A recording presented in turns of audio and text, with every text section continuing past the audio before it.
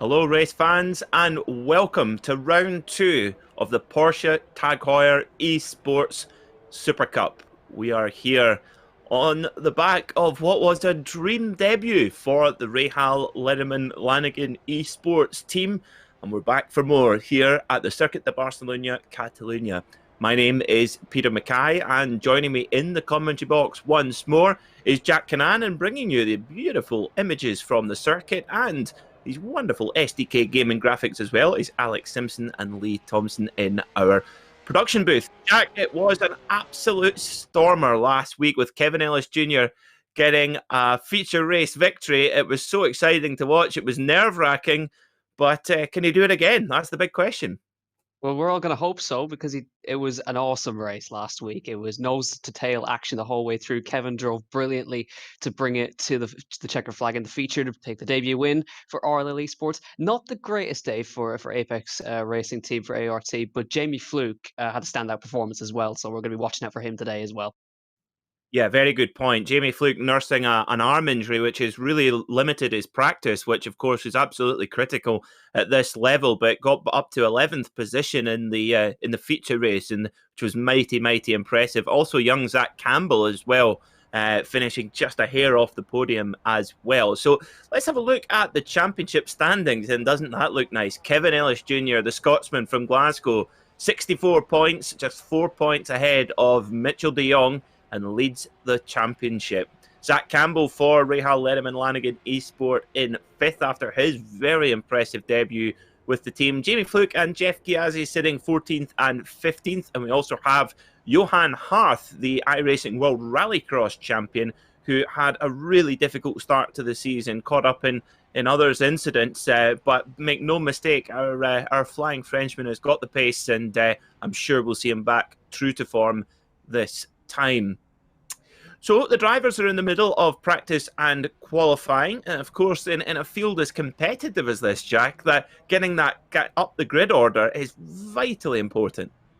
Yeah, track position is everything. We saw it in Interlagos that the person who started up the front was always the one who was in the mix. So there are the boys out on track right now, Jeff Piazzi and Johan Hart. We were just speaking about both out on track. So Jeff on your left and Johan on your right, looking very focused as they head up around the same part of the circuit. Of course, we're using the Grand Prix layout, so the current modern Grand Prix layout with that chicane in the last corner.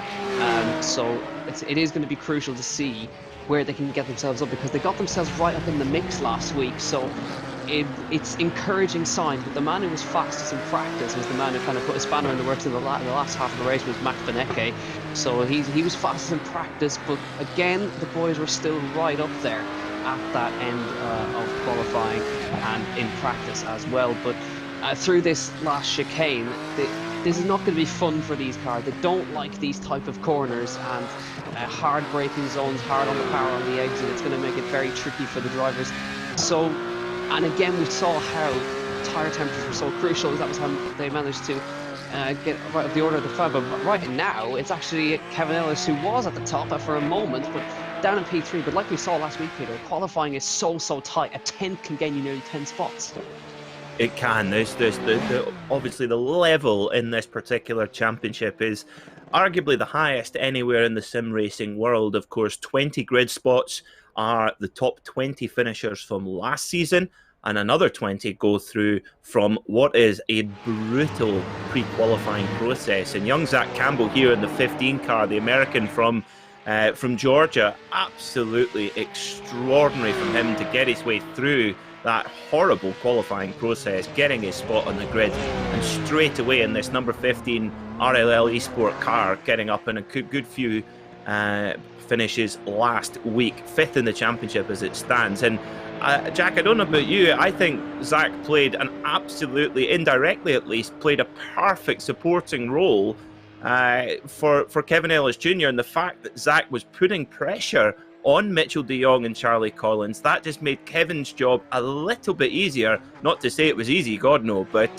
certainly that tiny bit of pressure from behind really allowed Kevin to stay in his rhythm. Yeah, he was. He really made it hard for them, Zach Campbell, last time, and nearly got the 1-2. We just got beaten out at the very end, nearly giving the team a 1-2 on debut. Zach Campbell comes across the line. I noticed he backed out kind of at the end of his lap. He knew that wasn't going to be enough, so he's going straight onto another push lap right now. But just like last week, top 4 separated by under a tenth of a second. So it is incredibly close. Once again, Kevin Ellis currently 14th at the moment, getting knocked down a little bit as more times start to come in as they come through turn. We're on board with Zach now as he takes through sector number 1. This is where infamously the two Mercedes took each other out in 2016, right there. Hopefully it doesn't happen today. Through the long right-hander onto the power. Now you get a sense of the speed on the bottom right-hand side and onto the brakes. Now tricky braking, it'll be very easy to lock up through this corner and very easy to get on the power a little bit too early. It kind of lures you into a false sense of security, that corner. And right up here, this is going to be the key corner in this race, because this is where all the slowdowns can come from. Right here on that curve, you can use it as much as you like, but you've got to be careful not to use too much or you will get that penalty. And again, right here on the exit of this right-hander running at too wide will give you a slowdown penalty through there as well. But it's looking all nice and neat and tidy from Zach Campbell so far. Hard braking zone on the curb, which is an interesting choice. It can be on the edge if you start to brake on the curb. This corner, this little kink can send the car spinning if you're not too careful. Hard on the brakes, flings it into the right-hander there, Zach Campbell. Let's see, could be a decent lap here that he's put in. It looks neat and tidy. On board now, hopping those curves in the last chicane, fighting the car all the way through, hopping the curb on the left, on the right, on the power as early as he possibly can, and through to the line. It was a neat and tidy lap, and it looks decent. It does, absolutely exceptional. Just how much of the road Zach Campbell's using on every single corner there. Now, where does he go? He goes 17th on the grid, 6/10 off the pace. That is incredible. The depth of the field here. Out-qualifies his teammate as it stands, Kevin Ellis Jr. in 20th, Jeff Piazzi for Apex Racing Team in 21st, and Jamie Fluke 23rd as things stand. Well, it's Josh Rogers up on pole position right now, 146.7 for him, 400ths of a second from Mitchell de Jong, who was up there fighting for the victory last week, as was Charlie Collins. So it's going to be a tough start to the day, it would appear, for the RLL Esport and Apex Racing Team guys. Of course, we have 2 races. We have the sprint race, which is 40 kilometers, and then the feature race 80 kilometers. And the top 8 from the sprint race are reversed to make up the grid for the feature. So if you can get a bit like that was critical to Kevin Ellis Jr.'s performance last week, was he managed to get up to 7th in the sprint race, and that of course gave him a front row start in the feature, which in the end proved critical. Yeah, it looks like it, and I think Zach invalidated that final lap on that curb on the outside. Jamie just warming up the tyres a little bit, but we're getting to the end of qualifying now, so right now I think it's going to be getting some early kind of banker laps in, just getting the eye in before you head to the grid. But Jamie had a good run out last time in Interlagos, started way down the field and fought his way through to a great result in the feature race, so looking to see what he can do from a similar spot on the grid where he started, actually currently 24th.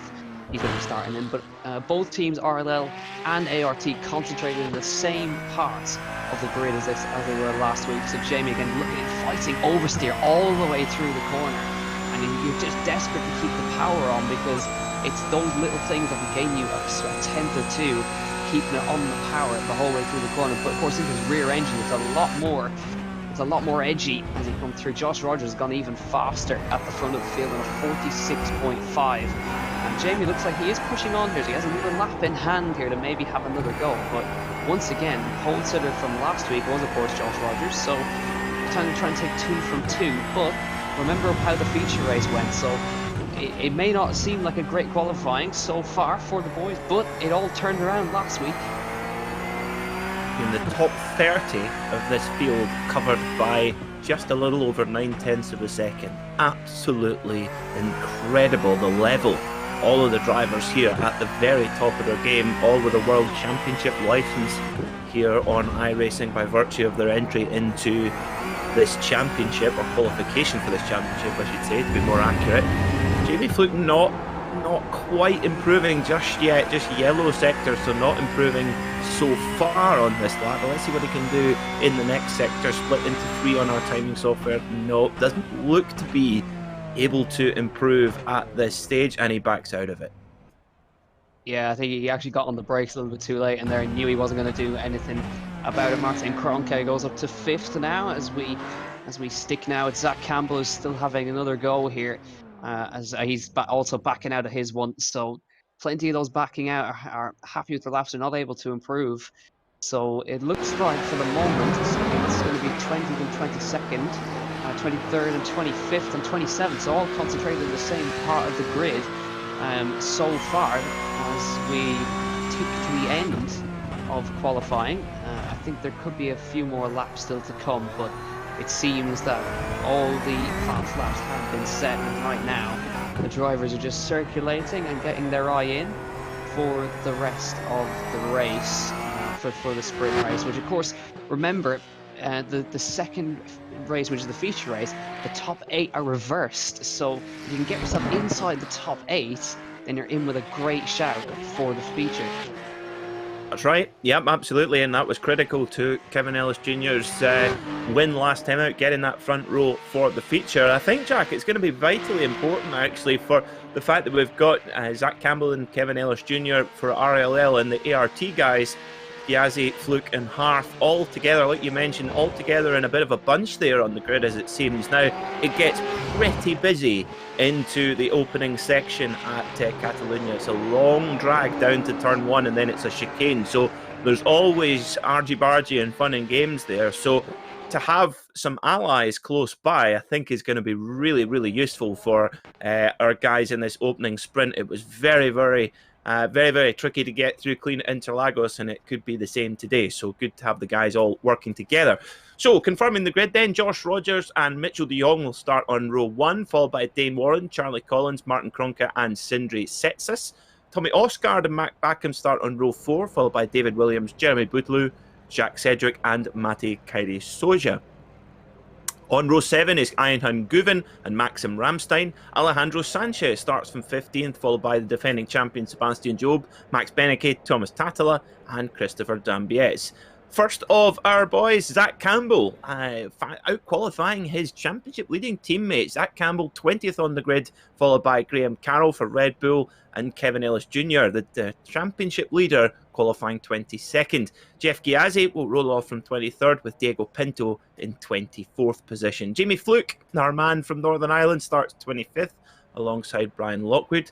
And Johan Harth, the flying Frenchman, the World Rallycross champion, starts from 27th, followed by Patrick Holtzman, Alexander Teeb, Daniel Lafuente, Salva Talens, Mikkel Gade, Moreno Sirica, Ricardo Rico, Josh Thompson, and Pekka Toivonen. And finally, Tobo Casabon, Ricardo Castro, Alexander Walters, and Carlos Fenalosa round out 40 cars separated by just 1.2 seconds. Absolutely mind-blowing how close this field is. As you can see, all the drivers keen to get going, all taking their grid spots ready for the race. You see Kevin's got it's a very jazzy number on today. We had a patriotic dark blue on last week, and it's like sort of camouflage this week. Zach Campbell is showing he's ready for a fight, it seems. It would appear, absolutely. Battle camouflage, so the lights are beginning to be prepared. We have 2, we have 3, we have 4, we have 5. Out they go. We are off for round 2 of the Tag Heuer eSports Supercup. We saw Kevin Ellis go into the middle of the pack straight off. Looks like Josh Rogers is going to make it down into turn 1 cleanly, but he's got his VRS teammates swarming all around him. Look how busy this is. This is all about survival here. Try to get through clean. You can see Zach Campbell just dropped back slightly. Kevin Ellis has jumped him on the start there as they come into the swooping big Andrew at Renault, and they're all getting through relatively clean, but it's so busy. Yeah, I think there was a big smash in the background actually. You couldn't quite see who was involved, but it seems that our boys have got through unscathed so far. Kevin Ellis in the middle of the fight right now, in the midst of the mid-pack, fighting his way through. He's up to 20th place. There's, Jamie Fluke gets sent around in the chicane. I think he hasn't got through. It's going to be a big stack up. This is massive. 1, 2, 3, 4, 5, 6, 7 cars. Huge one in the chicane, and it all got started with Jamie getting pumped in the rear by somebody quite soon it was, but that's not the way we wanted to start this one off. Kevin Ellis dropping a spot there as they head through the right-hander for the first time. It's not been a clean start for our boys, but Kevin Ellis still up there, no sign of second count by He's just, that is on Lucien Kevin Ellis Jr. I wonder if Zach's maybe got caught up in that melee there, and melee is the word. That was absolute carnage there. You just saw Jamie out on the, we've got on the kind of in-sim camera there, and you saw him just throwing arms and flailing arms, trying to keep a hold of it, but there was nothing he could do. He was name again. Oh, and well, another of the ART cars. I think that is it Jamie Fluke again, or is it Johan? I think it's Johan's been spun around there as well, and he's had to go into pit lane. What a chaotic start. Well, it's very well known for here at Catalonia with these really fickle bottleneck chicanes. And Kevin Ellis, I tell you what, he had a Mario Kart force field on there. I have no idea how he didn't get involved in that little skirmish. Yeah, it was great driving, kept it well with the outside line from out of everybody's on the back of Alejandro Sanchez. That's a familiar sight to see, of course. He's on the back of him, one of the outside cars fighting for the win last time out, so, and he's chasing after a great car in P40. So it's not been a clean start at all. Jeff Piazzi's made it through the 19th place, so still 2 cars in that top 20, which does definitely see minor damage on the front of Kevin Ellis' car at the moment, but he's hanging in there nicely for now as the championship leader. All he wants to do is just keep racking up those points. That's what he needs to do to take this to even further. It's still Rogers, De Jong, and Warren and Collins as they were. They were the ones who kept it clean so far on the back of Alejandro Sanchez. Looking back at Kevin Ellis Jr., you can see the slight damage on the left-hand side, but Kevin's driving smart right now. I think he kept it out of the melee. He wants to make sure he continues to keep it out of the melee. Yeah, he did amazing eyes-up driving there to avoid all of that carnage. I mean, sometimes there's nothing you can do, but he did really, really well to avoid getting turned around there. Right on board with Jeff Piazzi, our new signing here in the Apex Racing team. The Brazilian had really strong pace at Interlagos, which is super unlucky in the feature race. Just given a little bit of a help into the barrier by a fellow driver, unfortunately, but these things happen. Personal best lap there for most of the field, just that's our first flying lap over the line. 147.9 for Kevin Ellis Jr. So good pace there from Kevin, a little bit quicker than those around him at this stage. But Alejandro Sanchez, he has a good idea of his racecraft, of course, followed him for a good part of the race in Interlagos last week, so he'll know his playbook pretty well. Alejandro will know Kevin's playbook pretty well as well, but a completely different challenge here, very much a modern Grand Prix circuit here at Catalonia compared to the old school Interlagos. Yeah, it certainly is. It's not quite the same high speed as it was in Interlagos. It's a lot more tight and twisty, so it's a little bit harder to make overtakes. But Kevin hanging in there nicely on the back of Alejandro Sanchez, as is Jeff Piazzi on the back of Patrick Holtzman. He's the one who's chasing at the moment. So Kevin now, I think they're kind of using Graham Carroll to their advantage here, these two, because Graham Carroll is dragging them up to the back of Max Benecke and that big train of cars that's all the way up there. Now let's have a look and see what happened to Jamie as they came through the hairpin here. So is he just going to get a hit in the rear here? That's exactly what it seemed to me. Gets on the brake and... yeah, he did get help around, and then it just caused a big old stack up. There was a couple of others that just had nowhere to go, and then unfortunately one of the cars got reversed into and got sent around. But really unfortunate. It's just one of those things with 40 cars trying to pile into the hairpin, that it's one of those things that's going to be inevitable. We'll see what happens to Johan Hart as well. He didn't have the cleanest start either. Dropped down towards the back after we saw him. I think lose it in one of the chicanes. Let's see, he gets to the outside, then up the inside.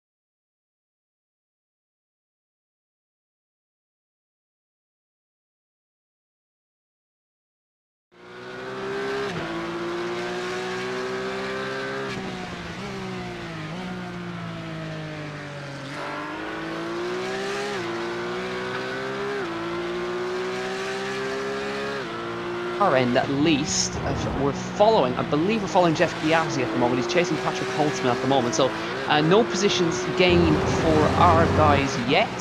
So we're still on board with Jeff Piazzi. You just see Kevin Ellis just a little smidge in front, but you can see that they've used Graham Carroll to their advantage, because now Kevin and all of those guys are latched onto a 6-car train, and this will be perfect for making up a few positions towards the field. As you can see, there's almost like a 15-car train going on, and this is just classic Porsche Supercup. It is, yep, this is exactly what we're used to seeing in the Porsche Supercup. As of course Larry ten Voorde, the Dutchman, won here back in 2020. Of course, the Porsche Supercup, the Mobile One Supercup it's called in real life, is of course follows around with the Formula One calendar. So if you've got a subscription to Sky Sports here in the United Kingdom, you can watch the Mobile One Supercup. I believe it's on Eurosport as well, from my memory. But Kevin Ellis Jr. is still holding position there behind Alejandro Sanchez, and Graham Carroll just up in front there in the number 8 Red Bull machine, but they've definitely caught up onto the back of that bunch there.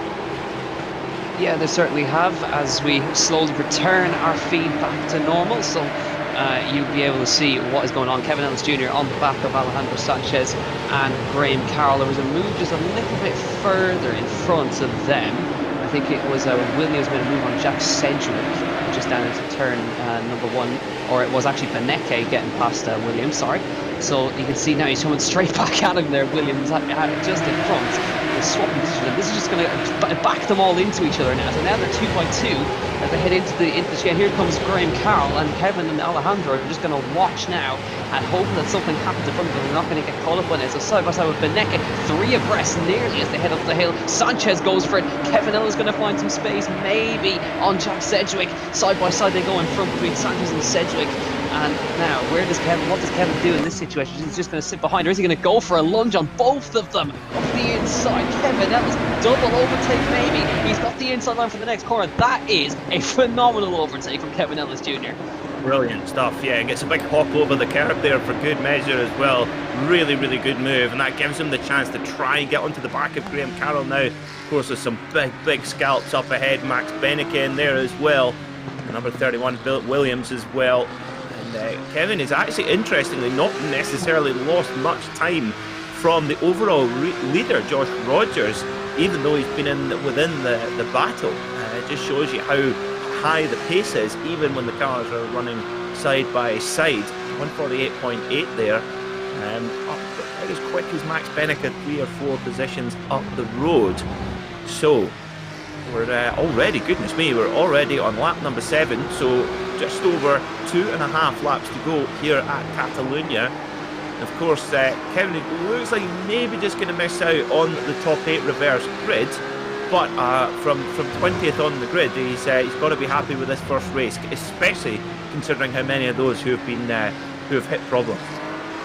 Yeah, certainly. We have a great onboard here with Jeff Piazzi, who's trying desperately to get past Patrick Holtzman, who's been following him for the best part of the race, basically. Holtzman trying to get past the car in front at the same time, but Jeff is really looking racy here, trying to get past this Team Redline Porsche in front of him. They're headed to the chicane for the 7th time. So it's going to be a good result as well for Jeff if he can hang on to this one as well. We're right in the mid-pack again for the feature race.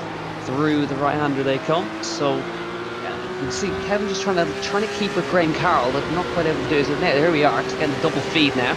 So we've got Kevin in the middle pack, and then they've got a little bit of Jeff Piazzi as well on the left-hand side as they head up into the middle sector. Let's come on to lap number 8. So keeping our eyes peeled on Jeff Piazzi, who's looking really, really good. He's the highest placed ART car. The rest of them have all had problems, as is Zach Campbell in the RLL machine. So it's going to be another tough one for the guys in the feature, but again, you've got more laps to try and do something.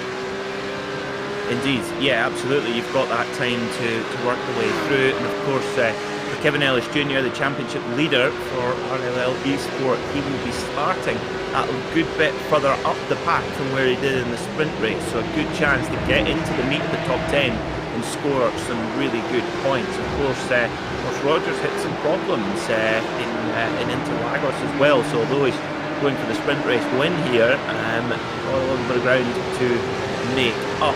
But Kevin Ellis now right on the back of Graham Carroll in the number 8 Red Bull car, running the same colours as their Formula 1 team, of course. That nice dark blue colour.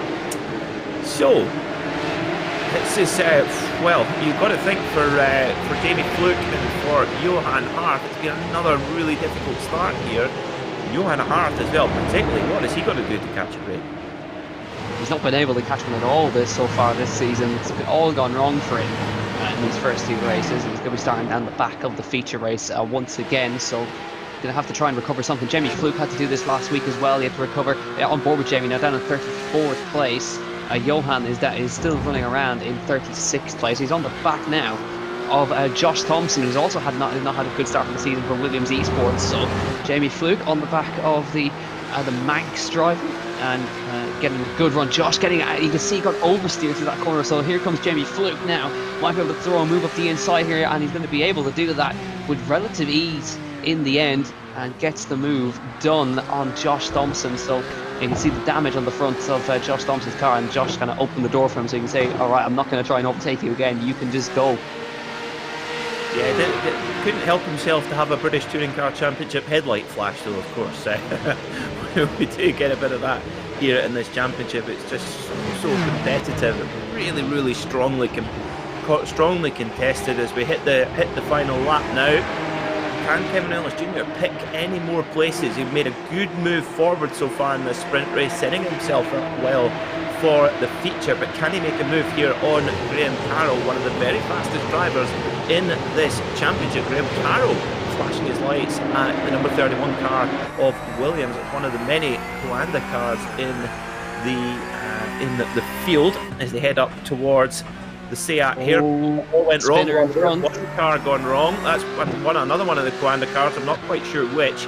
They're all quite similarly liveried, so hard to tell them apart. But that's a gimme. That's a free kick for Kevin Ellis Jr. Jack.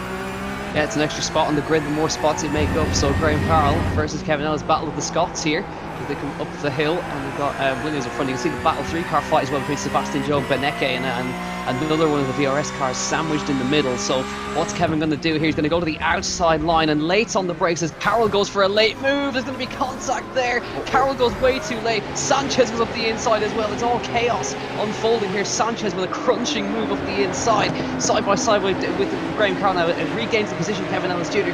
But it's all completely gone chaotic as they head to the line here in this final lap of the sprint race. Sanchez around the outside. He should be able to get him in the chicane. Ellis hangs it all the way around the outside, and Sanchez leaves in room, so he's going to have to go up the position, but it's going to be 13th place, we think, for Kevin Ellis if he can hang on versus Tatsala as they come across line. Slow down for Graham Carroll. P12 is going to be at the line for the two now. So P12 for Kevin Ellis Jr., P18 for Jeff Piazzi, and it's going to be, I think, P33 for Jamie Fluke. Yeah, there he is. Might be able to make it up one more position, maybe, if he gets the run out of the last corner on Saricha as they come to the line, but he's not going to quite able to do that. So 33rd for Jamie Fluke, and Johan Hart is going to be about a couple of positions back. But that was chaotic right at the end, but P12, not a bad starting place for Kevin Ellis Jr. But just like last week, winner of the sprint race once again was Josh Rogers. Yep, he was indeed. So showing that he's maybe just got an edge on the field ever so slightly on pace, certainly in qualifying, and therefore in the sprint races doing a grand job. But it's in the feature race where the big points come out. So let's have a look then at the final results then for this opening race of the day here at Catalunya. We're just waiting for a couple of other drivers, just a few stragglers to come in before we close up for the sprint race, and then we will have the 80-kilometre feature race, which of course was where Kevin Ellis Jr. picked up his victory 7 days ago. So it looks like we're going to be able to bring these to you now. There we go. So confirming Joshua Rogers and Mitchell de Jong finishing first and second with Dane Warren in third. Charlie Collins was fourth, followed by Sindri Setsas, Mac Backham, Martin Kronke, Sebastian Jobe, Jeremy Boothelu, Max Beneke, and David Williams in 11th. Kevin Ellis Jr. up to 12th place from outside the top 20. Very impressive drive from the championship leader. Thomas Tatala was 13th, followed by Alejandro Sanchez, Jack Sedgwick, Patrick Holtzman, and Graham Carroll, really dropping a couple of spots there on the last spot there. 19th was Salva Talons, followed by Tommy Oscar, Maxim Ramstein, Alexander Tieb, Diego Pinto, Brian Lockwood, Thibaut Casabon, Daniel Lafuente, Matti Kitsoya, Pekka Toivonen, Christopher Dambietz, Ricardo Castro, Alexander Walters, Marino Sirica, Jamie Fluke in 33rd, unfortunately falling victim to contact from another driver early on. Josh Thompson was 34th, and Zach Campbell also involved in that early melee, and also so was Johan Harth. A bit of a mixed bag there, Jack. Brilliant drive from Kevin Ellis Jr. to move forward, but really attritional there in the end for the other guys. Yeah, it really was. It was just a case of surviving, really, for the top guys once again. So it's going to be another one of that, starting from the back of the field. But Kevin Ellis is going to be right in P12. That's a good spot to start with. So we'll see what he can do from there. He might be able to slot himself inside the top 10. Another top 10 finish in the feature race would be a great result once again. But I think reverse grip pole is going to be defending champion Sebastian Jobe. Much better day for Jobe than he had last time. But it all went to pot in the feature race for him again. So we'll wait and see. But should be a decent starting position for Kevin Ellis, while the rest of them are going to have to start further down the back. Jeff Piazzi had a good finish as well, P18. He's going to be in the mix as well in that mid pack. So depending on what happens in front, it could maybe snatch a good result here. But I think for Kevin Ellis, it's just going to be collecting as much points as you possibly can. Yeah, absolutely. That's what it's about. I mean, it's a really, really long season. We have 10 rounds, two races at each round. So, yeah, it's all about just keeping the damage limitation when maybe qualifying doesn't go so well. And that's exactly what Kevin Ellis Jr. did there. It was all sorts of mayhem going on all around him. And when it really went Pete Tong at the chicane just before the final corner of New Holland, wow. I mean, how on earth he avoided the cars that were flying left, right and centre, able to make his way through. And that could prove critical as the championship progresses. So starting from just outside the top 10, starting from 12th on the grid for the feature race, got a good chance to get up into the meat of the top 10 and score some really strong points. Yeah, for definite. We're in a short warm-up now, as they can get their eye in once again for the start of the feature race. It's the crucial one. It's the one that gives the most points. So it's crucial that you get the good start that you need in this one. So Kevin has got away from the line very good last time. He managed to slot himself between two cars into turn one. So it's going to be interesting to see, because he's got the VRS cars nearby him now, because P8 of course is going to be Josh Rogers, and P7 will be Mitchell de Jong as well. So the guys he was fighting off last week, so he's going to be behind them now. So maybe if he's able to get off the line well, he can maybe use them to carve his way through the field and do something similar to what he did last week. Let's hope so. Let's certainly hope so. That you rightly say, that was where he came through from in the sprint race last week. So yes, indeed, let's keep our fingers crossed. Of course, this we've got a great calendar of circuits to go to throughout the championship. We'll be at Silverstone, we'll be at Road Atlanta, the streets of Montreal, even the Nürburgring Nordschleife, and then finally the series will conclude round 10 on the 24th of April at Monza, which I'm sure with all the slipstreaming and drafting opportunity there will be an absolutely thrilling conclusion. And we will be bringing all of the in-depth behind-the-scenes action from Rahal Lenneman Lanigan eSport team and the Apex Racing team for the whole season. Myself and Jack Canan bringing you all the insider knowledge on the exploits of Kevin Ellis Jr., Zach Campbell, Jeff Piazzi, Johan Harth and Jamie Fluke. Now I feel the number 90 car, Jack, Johan Harth, he's due a good one. He's due some luck, and I feel that he's gonna be up for this one. Yeah, I mean, he's had a torrid start to the season, so needs something to go his way in this one, Johan Hart. So let's hope that he's able to keep it out of those big incidents that occur in the mid pack. He certainly deserves at least to get inside that top 20. Would be a good, finally a good kickstart to the season for Johan Hart, who is the reigning, of course, iRacing Rallycross World Champion. We like to mention that quite a lot because it's a different discipline, hopping from GT cars across into the rallycross world, which is very difficult to be fast in as well. To be fast in both disciplines requires a lot of time and effort and practice. So absolute kudos to him that he's able to hop across into these cars and give it his all. So heading to the feature race very shortly. I'm not sure who's going to take this one, but I'm at least predicting that I think we're going to get Kevin Ellis inside that top 10, hopefully.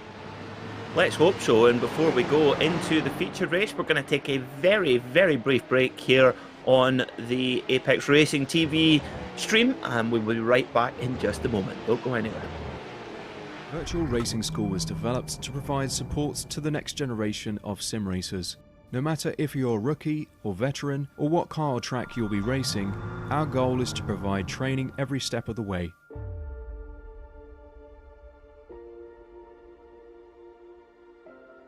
We found that iRacing can be quite difficult without proper training.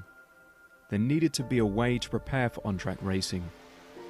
With VRS, you can literally learn from the best sim racers in the world, including 4-time NASCAR iRacing World Champion Ray Alfala. And Ray Alfala is a 4-time champion of the NASCAR Peak Antifreeze iRacing Series. 3-time iRacing Grand Prix World Champion Martin Kroenke. Martin Kroenke becomes a 3-time world champion. Rallycross World Champion Mitchell de Jong. Mitchell de Jong is now champion for the iRacing Rallycross World Championship Series. And many other top sim racers. Data packs include everything you need to start learning. Our World Championship coaches create the data packs by setting a hot lap or a series of fast laps for you to compare, analyze and replicate. Data packs also include a tutorial where the coach points out techniques they use to hit the fast lap. This gives you access to the latest driving techniques and setups before you even hit the track. Sign up for a free account and download the VRS telemetry logger. With this application running seamlessly in the background, your laps automatically start syncing to the VRS website. From there you can analyze and compare 2 laps of your choice, whether it's your data, the coaches or your teammates. VRS will automatically target improvement opportunities so you can get up to speed even faster. VRS also makes it easy for you to request and schedule one-on-one or group coaching sessions. These sessions can range from 30 to 90 minutes, and you can select the car, track and setup combination of your choice. Visit virtualracingschool.com today to sign up and get started.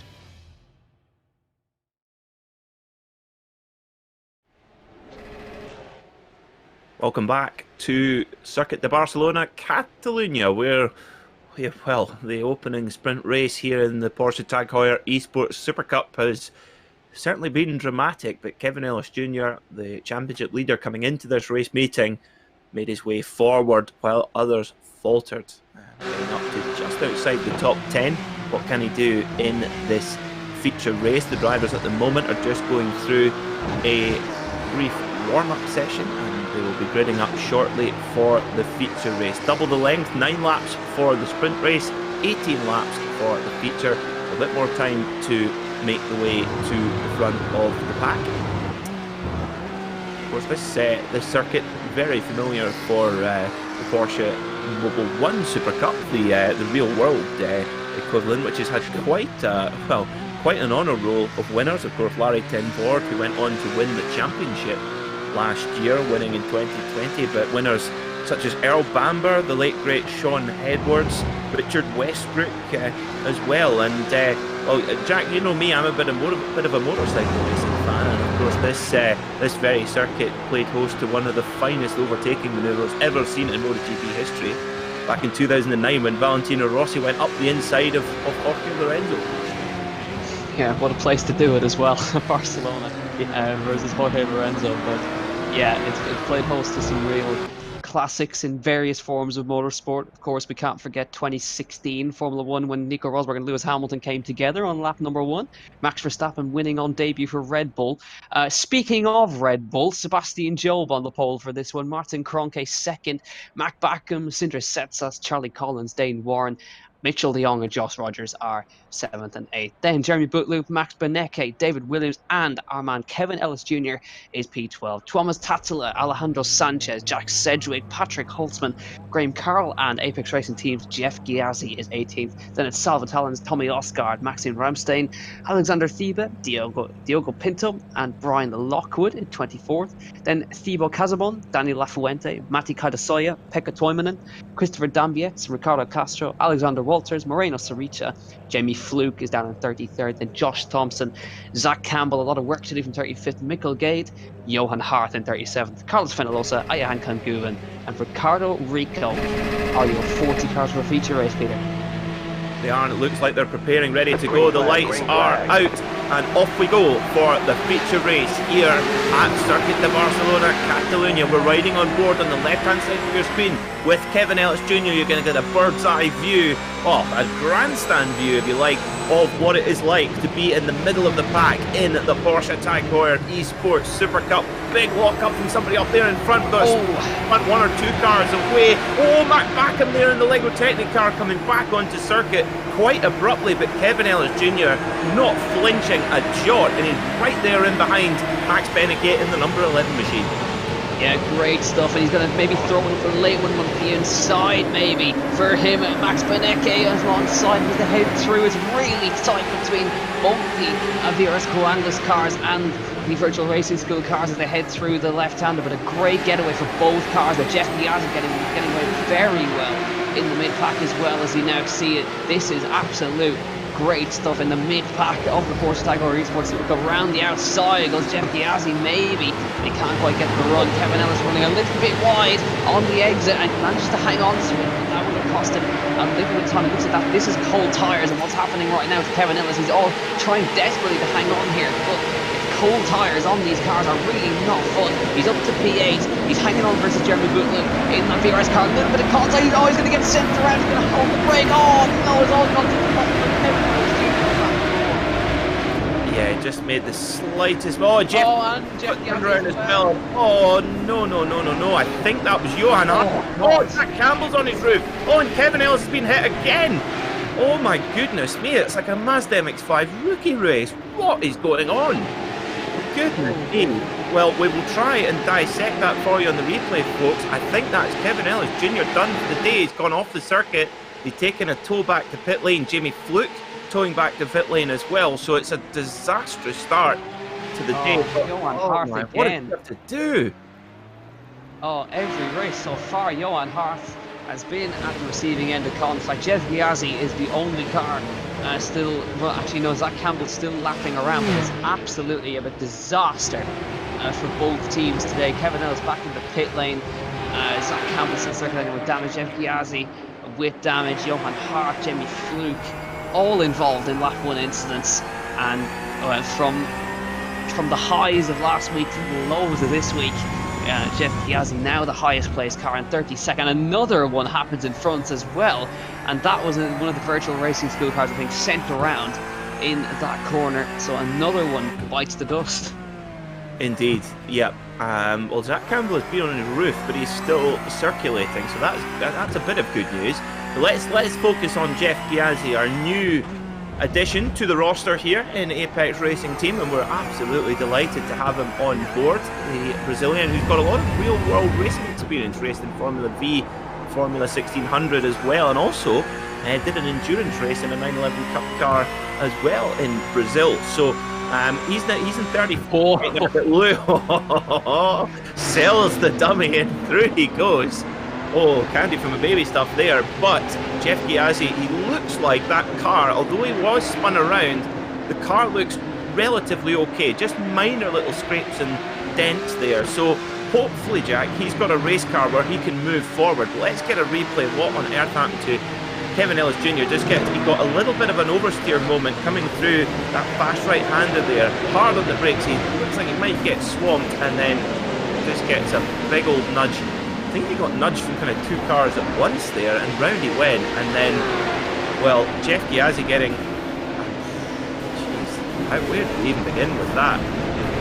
Poor old Campbell, nowhere he can go. Oh, does he stick the landing? Yes. Oh, yes, yeah, and do his best to get off the road as soon as possible to Jeff Piazzi, and there goes Johan Hart across the runoff. Jamie Fluke, sorry, Jamie Fluke had to take the runoff there. So it's everyone got caught up against everybody in that mid pack there, unfortunately. So it's not been a clean start for the boys. Now Jeff Piazzi, he's fighting his way back here. In 27th he's made it up to now. Now he's on the back of Tommy Osgaard in that car in front of him. Then Saricha and Hanken Guven is also fighting his way from the back of the field. There's not all done and lost here. A top 20 could still be on the cards here if Jeff Piazzi just keeps his head. He managed to keep away from major damage in that big stack up. I think he just got the punt in the back, but it looks like he hasn't got suspension damage, just minor rear end damage at the moment. Yep, absolutely, and Jeff Piazzi is on the charge. He's moved up 4 spots from when we last checked in with him, and right there on the back of Tommy Osgaard, down into hard on the brakes they go, down into the hairpin, and you've got to think that Jeff is he's not had the rub of the green so far in this Tag Heuer eSports Supercup here in 2021, and what? Johan Hart, Jim Canna style. Down the pit lane. That is okay. He is the Rallycross World Champion for a reason, so he really does like a front engine car. Fantastic stuff, and Jeff Piazzi there making a great move on Tommy Osgaard in the chicane. What happening there? But how about Johan Hart? That's some car control there, and reversed his way all the way down the chicane into the pit box there. But Jeff Piazzi now under pressure. Tommy Osgaard trying to come back at him here as they head down towards turn 1. He made a great move with the chicane on him, so now he's going to lose that spot again, though, suffering from maybe some lack of straight line speed with the damage maybe, but Tommy Osgaard gets back in front, and he's now got to find a way back past once again. But a little good ding-dong battle happening here. 26th Jeff Piazzi makes it up to now, and another man who suffered massively in this one as well. Look who's down in 29th. It's Martin Kroenke, who started P5. Absolutely, yeah. There's a lot of drivers that have had pretty attritional days here at Catalonia. Absolute carnage so far here at this particular circuit. Jeff Piazzi still making his way up through the field. Osgaard really put a hard move on him there, under braking going into turn 1, but Sebastian Jobe, the defending champion, again another man who hasn't quite had the rub of the green, but now he's getting a bit of clean air. He's really showing the kind of ominous pace which he's quite clearly always had, but now able to actually to display it. Yeah, now another man, of course, who was on for a great result last week, but got turned around in that lead battle. Charlie Collins, in his only second race in the season, is up in P3 once again for Virtual Racing Tools, putting pressure on Sindre Setsas. Got his teammate right behind him in Josh Rogers. Dane Warren is in there too, on board with Mitchell de Jong, who was fighting for that win last week as well, as was Max Benecke, who's on his tail as well. So this is the lead battle. But Sebastian Jobe, he had a terrible day last week, but he is just in a world of his own right now, and you can see the gaps right there, and the iRacing for all of these guys. Max Benecke 10,900 iRacing, and there goes, I think it was a move going on there. Josh Rogers was trying to get past Sindre Setsas in the Porsche Sim racing car, and look how close he's getting as they come through. But Charlie Collins did get in front of him. That was the move we saw, was Charlie Collins into P2, and Josh Rogers now going to try and launch a move on the Norwegian. Can't quite do it, but Charlie Collins is the man now in P2, and he's been impressive in his debut season as well. Absolutely, yeah, definitely very impressive indeed. But look at Max Benecke there, he's in 7th position. We saw him do this last time out at Interlagos, making his way through the pack with quite, certainly pretty aggressively, but purposefully as well. Josh Rogers makes his move then on Setsas there into the Worth chicane. That is a really cunning manoeuvre, not quite where you'd expect an overtaking opportunity to open up at this level, but Rogers made it fit. Yeah, he did. He was pretty assertive that he was going to make that move, whether he liked it or not. You can see Benecke going for it in the background as well on Mitchell de Jong, and he does get it in and stopped as well. Benecke gets an oversteer through there and going to lose the spot to a couple of drivers, Thomas Tatzela and Alejandro Sanchez.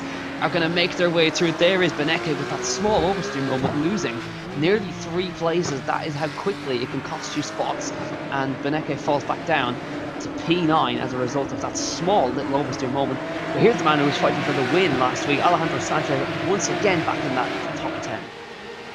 Yeah, absolutely. Of course, there's just a tiny mistake from Alejandro cost him what maybe could have been a win. He was right up there in the lead of the race, but under pressure from Kevin Ellis Jr.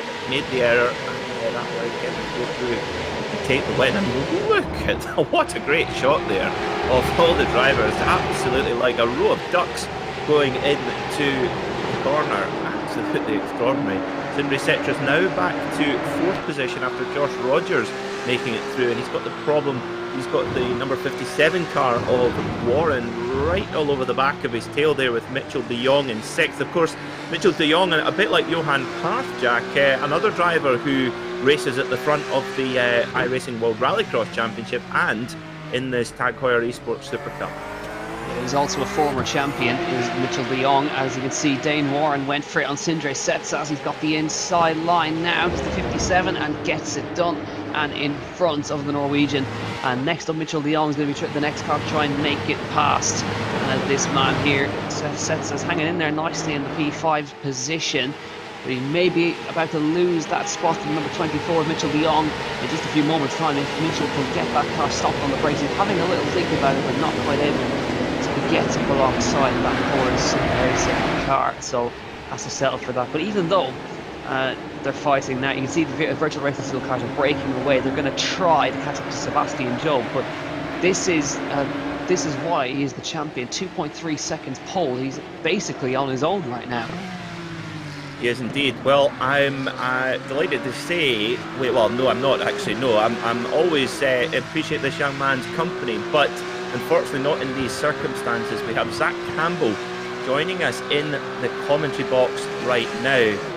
Zach, oh buddy, I feel for you. Just tell us what you're feeling right now, and what this day's been like. Not great. I mean, you run with the squirrels. Sometimes, so it's just, it is what it is. I mean, starting 20th here especially is already kind of chaos. So, and I was pretty confident about our car. Obviously, I went like whatever, like 5th in warm up or something. But sometimes it's just not meant to be.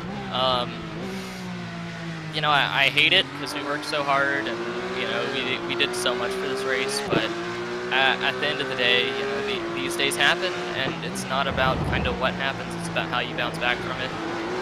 I didn't cause anything, I just was kind of the victim of a lot of unfortunate circumstances. So, I'm still proud of what we were able to do. I think we were some of the fastest guys who didn't do anything kooky, per se, in qualifying. So, we can take kind of solace in that.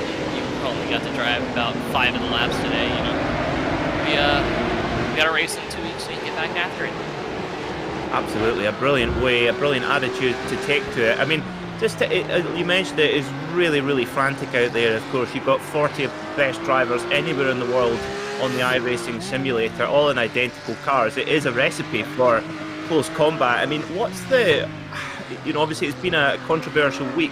What's it been like from your perspective amongst the drivers? What's the atmosphere been like? It seems to me that it's been pretty aggressive out there.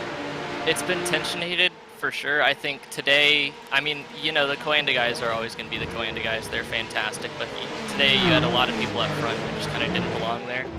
And I'll be straight up about it. I mean, there are a lot of guys up there who just don't know what they're doing, and that's why they qualified 30th without this. So it's... I hate to not mince words there, but it's what happens when you shuffle the field like this. I think the tension after qualifying just kind of contributed to everything we saw there. And it's unfortunate, but hopefully we can get some sort of resolution in the next few weeks. Absolutely. Well, Zach, thank you so much for coming to chat to us. I know you'll be disappointed, and love the spirit for next round, and let's go get them next time. Yeah. Can't do much more. So thank you guys for broadcasting. I know your broadcast has probably been pretty short here. I don't even know if we have a car left in the race. So Yeah, it's unfortunate, but you know these days kind of happen, and we got 8 more rounds to go try and win a few of these. Absolutely, we certainly will. Is the broadcast been all the more brighter for your company, Zach? Thank you so much, and good luck for 2 weeks' time. Yeah, thank you. Hopefully we can figure out something to not end up like that. Absolutely. Thanks, man. No worries. So that was Zach Campbell there, and Jack, that young man has the patience of a saint, very upbeat considering the circumstances. Yeah, and very honest about everything as well, so you like to hear it. There is still a car going. Jeff Piazzi is still out there, lapping around like a champion, so still trying to at least register a finish for Apex Racing Team. We saw a swap of position there as we were chatting with Zach there. We've just seen Josh Rogers moving into that second place ahead of Charlie Collins. So Jeff Piazzi on your right of screen, still lapping around that Apex Racing Team car. But suffering around with damage. It looks like you can see how much he's losing on the straights there, just by through there. But we're approaching now lap 9 of 18, halfway through this race. It's a longer race than we anticipated, but we can see we're in the mid-pack right now. Alejandro Sanchez and that is just behind Thomas Tattler and Max Benecke on his tail as well. But Sebastian Jobe is maintaining that gap of 2.4 seconds over Josh Rogers. Charlie Collins is third, Dane Warren fourth, Cinder sets us, and a big lunge from Sanchez. That is a great move. Tattler did not see that one coming at all. Left the door open. Through goes Alejandro Sanchez now, inside line for the chicane in the hill, and you can see, does he get it done? I think, no, Tattler is still there on the inside for the right-hander. Great stuff between them. Sanchez going to try and go round the outside at the top of the hill. Not an easy thing to do. Tattler still on the outside line. Watch out for Benecke, who's going to try and maybe make a double overtake here. He's going to hang behind Sanchez. Sanchez still in there on that inside line. He's going to run him out wide. Benecke, oh, there's going to be contact. They're going to become 2 and 2. And Benecke says, thank you very much, I'll have those 2 spots. Yeah, and Benecke recovers those couple of spots that he lost with not even a mistake, a 10% of a mistake, a tiny little wobble cost him so much. But Alejandro Sanchez, that move into the Seat hairpin, goodness me, I think it certainly caught me by surprise, and I'm sure maybe caught Tattler by surprise as well. It looked like he'd sort of done his braking and then all of a sudden just let off the brakes and dived into a gap. Very opportunist and very, very impressive, but he's recovered and actually been able to hang on to the back of Max Benecke and get the draft and still not lose the front pack. Now here we go, it's getting very, very feisty here. We're riding on board with Thomas Tattler, who very much the biggest loser out of that little skirmish, now having to try and make his way past the 31 car of Williams. You see the Lego Technic branding there as well. I was building my own Lego Porsche earlier on, Jack. Just a nice quiet hour. It's very therapeutic. Yeah, as Tattler hangs around the outside of said Lego Technic car, very, very close all the way around. Now going to go for the inside, try to mirror what was done to him just a lap ago. Sends one up the inside. Thomas Tattler, does he get it in front? He's still going to have to give space to that car of David Williams, but he has got it done on the inside. That's a great move from the Finn. And now next up is Patrick Holtzman, but that small little battle, Jeremy Bootlimp's there, Diego Pinto's there, Mac Backham is there, Graham Carroll's in there too. So everyone, all of a sudden, this is now the battle for the top 10, which is exactly what we want to be. But there's your leader, Sebastian Jobe, there's Josh Rogers and Charlie Collins all in there, trying to catch up to the reigning champion, but not able to do it. And you can see, move in the background, Cinder Sanchez is going to lose another spot to a car behind, I think, as they come through. But Josh Rogers is the winner of the sprint race. It's a better day for him today, but has not been the win that he wanted in the feature race. But Cinder Sanchez is going to lose that spot to Mitchell de Jong. And now, look who's joined the fun, Max Benecke and Alejandro Sanchez. Absolutely, yeah, they're right on the pack there as we look at Graham Carroll. Oh, Graham Carroll just breaking away in the Red Bull car there. We've got the Williams car of Diego Pinto, the number 121, just swooping by. And that's Matt Backham in the full liveried Lego Technic car as well. But back further to the front, Mitchell de Jong leads this little pack here in 5th position right now. And Alejandro Sanchez at the back of this four-quartet in the 47 machine, making his name known too. So Jeff Piazzi has now got himself up into 25th, so despite all that damage, Jack, he's still tenaciously fighting on. And a good few cars in front of him here where he could continue to make some more, and I guess at this point it's just all about not giving up, and you never know. We see a lot of action in the final lap or two in this particular championship, so there's always places to be made. Yeah, back with Jeff Piazzi now. He's on the back of Sarica, Jack Sedgwick, Thibaut Casabon, Tommy Osgaard, and Johan Guven as well, as they just fights maybe to get a top 20 out of this one. He may be able to get the front of it straight, and that'd be a good recovery for Jeff if he's able to do so, but he's watching this battle unfold in front of him as Jack Sedgwick's going to lose that spot, so let's see if we can maybe make it through here. Through goes Sarica, and you can see Jack Sedgwick carrying damage on that car in front of him, so he may be able to make a move here. Jeff Piazzi on his second race for the team. What's he going to do? He's going to hang back and just wait and see what happens in this train in front of him. He's going to lose that front, but a lovely cutback from Jeff Piazzi. He saw that one coming, little tyre-on-tyre contact, but he was not having that one, and a beautifully set up cutback there where he was able to get right back past the car that tried to make it over there. I think it was Martin Kroenke who tried to make that move on him, but he was not having any of that. Beautifully judged and got back up into that 25th spot. Sindre sets us now at the mercy of Alejandro Sanchez. They're not going to be able to get through there. You can see Beneke on the back of De Jong as well at in that 5th place. But it's getting pretty tight for that top 5 positions as Beneke trying to get another top 5 finish to add to his tally. Tell you what, Jeff Piazzi was 2 or 3 pages ahead there, wasn't he? He saw that one coming. And like you said, Jack, beautiful cutback. And whoa, Sanchez going for another massive lunge. And how is he pulling these off, Jack? He just goes for these huge later than late lunges. And it almost kind of scares the car in front of thinking, oh, here comes a crash. Oh, no, it's just an overtake. My goodness me. It's an alternative technique from Alejandro Sanchez, but my word, it works. Yeah, it certainly does. I'm always admirable of the driver in front who sees it coming as well and leaves the space. So a great job from Alejandro Sanchez. Another great update once again.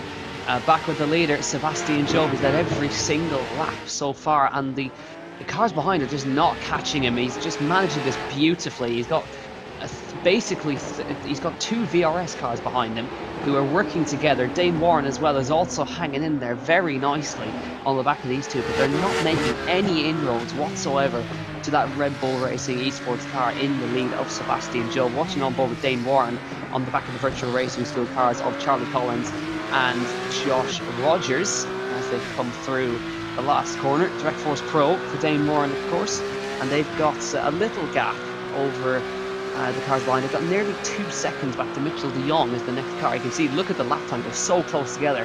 They're basically lapping at the same pace, and as a result, they're just not catching at all. And it looks like it's going to be a lights to flag victory, barring any major issues for Sebastian Jobe. Yep, Sebastian Jobe showing why he has the #1 plate on the car, the defending champion.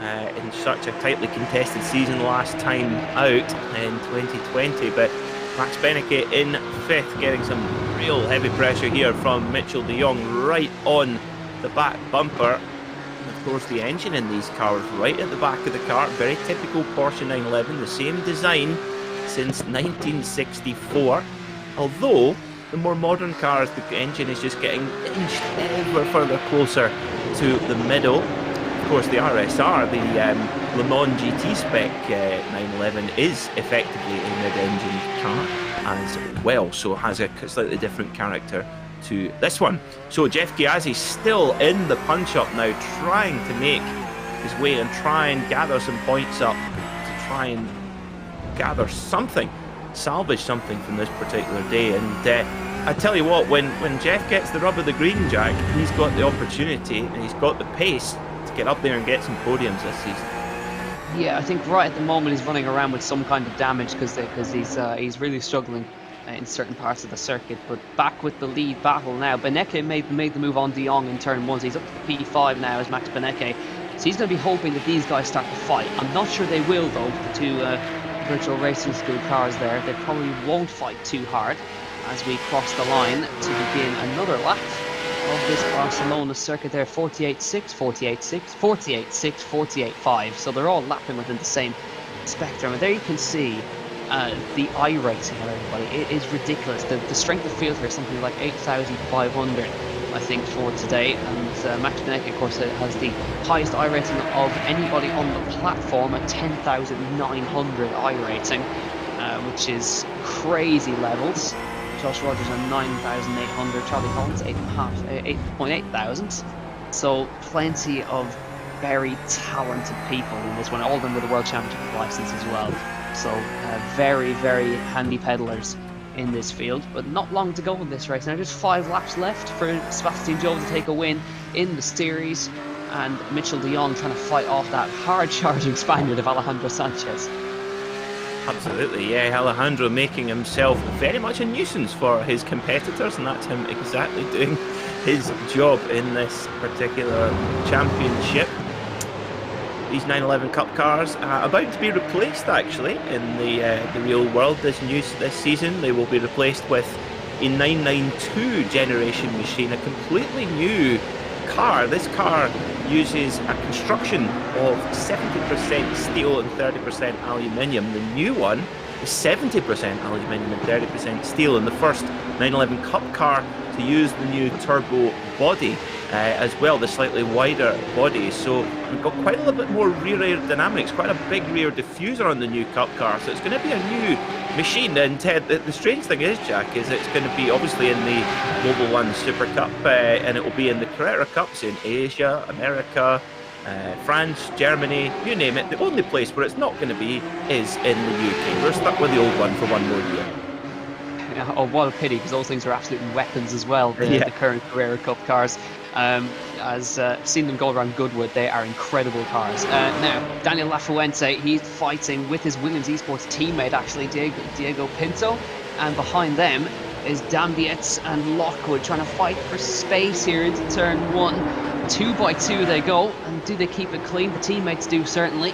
And Daniel Lafuente moves into P16 and keeps it there. Pinto, Dambietz and Lockwood. Ayhankin Duven is just a couple of seconds back with Tommy Osgaard and a couple of others. The 4 cars fighting for the 16th spot there in the background. You can see a couple of others. But back to this one. Mitchell de Jong, Max Benecke, Alejandro Sanchez and Sindra Seta still hanging in there in that number 18 car. Still keep doing nicely to hang in there.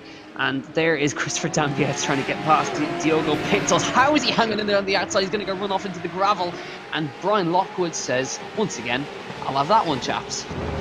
Yeah, Brian Lockwood, ever the opportunist there, just making his way through. And you had the feeling that had a degree of inevitability out there. Christopher Dambietz for Team Redline, not impressed by that one from Diego Pinto. Diego is a hard racer.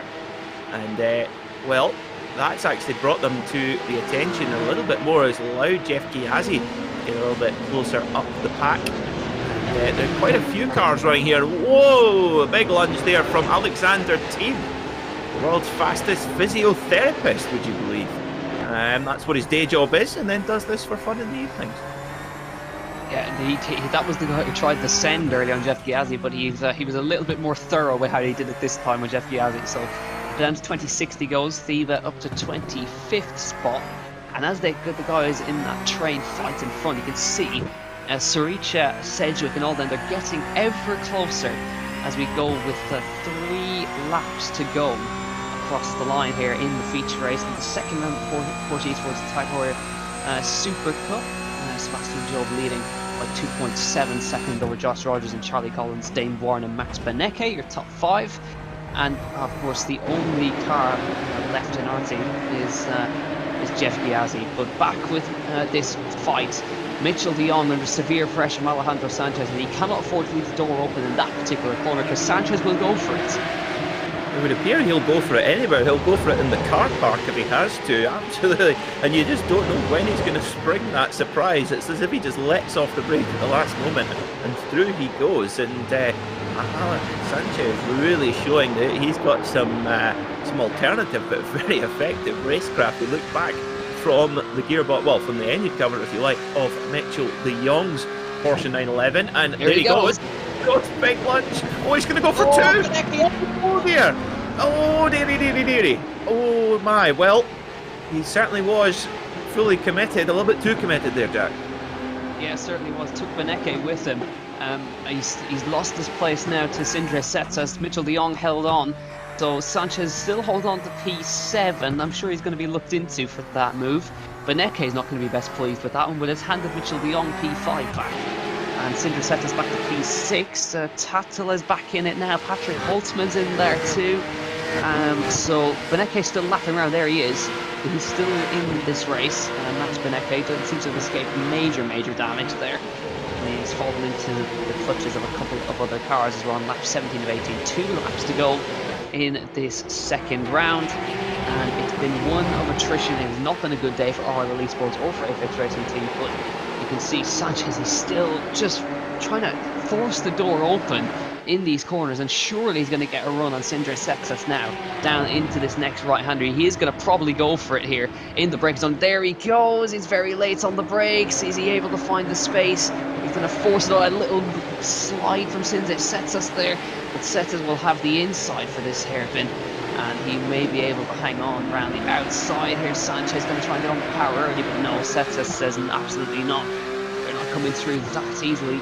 So Beneke falls down to 10th into the clutches of Jeremy Bootlick and David Williams and Graham Carroll. So he's fallen into good company there.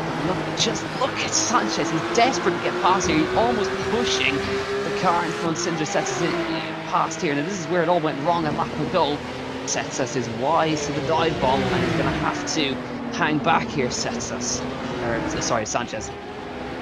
Yes, Setsas saw that one coming. He's like, I've seen this move before, and I've got it marked in my notepad, and covered it well there. And well, look back at Sanchez's car. It's certainly got the battle scars to prove it. As we look at Jeff Piazzi still battling away hard with Alexander Tipier just ahead. I think that's Jack Said. Is it Jack Said? Yes. Just fighting side by side here, trying to gather as many places as they can with a wounded machine into the final stadium section. They go.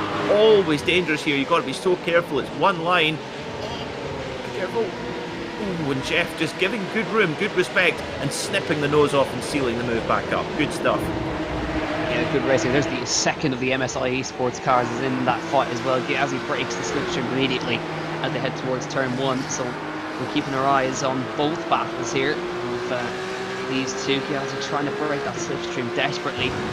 Not long to go in this race at all. Alexander Thiele has broken away from that battle, so we can of course got this. I've got this race to kind of throw in the bin for Apex Racing Team and RLL Esports. It's not been a good day at all for the guys. It's the white flag lap, of course. Sebastian Jobe in the lead, and this battle is going to go right to the flag. Thomas Tattel fancies another 2 spots maybe. Sindre Setsas trying to hang on here, but there is Sebastian Jobe in the Red Bull Racing Esports team car. He's led every single lap of the feature race. He's the reigning champion. He's the #1 on the car, and he has shown today what he couldn't show in Interlagos. An absolute dominant display. He's shown what he's capable of, why he's the champion, and he's going to bring it to the flag. Absolutely. It reminds me of another Red Bull Sebastian Vettel, who ran the #1 plate for a few years, 4 championships in a row with the outfit, and it's been that kind of drive, leading from the front. And as you say, Jack, exactly why he is the defending champion. Sebastian Jobe, then, the man from East Grinstead. Whoa! I suppose that was on request, but a big slide to finish the day, and your defending champion wins here in the feature race at Catalunya with Josh Rogers, a first and a second for him, a very strong haul of points. And now it's all going, oh my goodness me, it's all kicking off at the final chicane, and Jeff Piazzi just about got away with it, just about escaped the melee, and he'll get the car over the line. A tenacious performance there from the Brazilian. Yeah, he kept his head down. He was determined to get that car across the line to register a finish, and at least he managed to get 1 Apex Racing Team car across the line. Double DNF for RLL Esports. So unfortunately, Kevin Ellis Jr. is not going to be leading the championship after this one, and Zach Campbell as well, ending up on his roof afterwards. So here's the official results of the second round. Sebastian Jobe with a dominant display. Josh Rogers in P2. Charlie Collins recovers well to P3 after getting spun around in Interlagos. Dane Warren, Mitchell de Jong, Sindre Setsas, Alejandro Sanchez, Tuomas Tatsila. A great result for Patrick Holtzman as well in P9, and Max Beneke is P10. Jeremy Bootloop, Dave Williams, Graham Carroll, Mac Backham, Maxim Reimstein, Daniel Lafuente, Brian Lockwood, and Christopher Dambietz is P18. Then Diogo Pinto, Ayahan Kanguven, Tommy Oscar, Thibaut Casbon, Moreno Saricha, Alexander Thiebe, and Jeff Giazzi is the only finisher of the Apex Racing team and of any of the teams on this broadcast. He's 25th. Jack Sedgwick, Pekka Toivonen, Mikkel Gate, Martin Kronke, Salva Talens, and Matti Kaidasoya. There, Zach Campbell, non-finish. Ricardo Castro, Alexander Walters, Josh Thompson, Kevin Ellis, non-finish. Carlos Fenalosa, non-finish. Johan Hart, non-finish. Jamie Fluke, non-finish. And Ricardo Rico, non-finish. So immediately we know we can throw this race in the bin and forget about it immediately. Indeed, yeah, we've got 2 weeks to go until the next round at Imola. I believe it was initially scheduled for Hockenheimring, but not quite on the service yet, so it will be Imola, I believe. So we will be back same time, 2 weeks' time, 7 p.m. UK time, to bring you all the behind-the-scenes action of the Rahal Lederman Lanigan eSports team and the Apex Racing team here in the Porsche Tag Heuer eSports Supercup. A day to forget, but of course, Kevin Ellis Jr. still will be relatively near the front of the standings by virtue of his excellent performance last week at Interlagos. We'll see you in 2 weeks' time. Thanks for watching.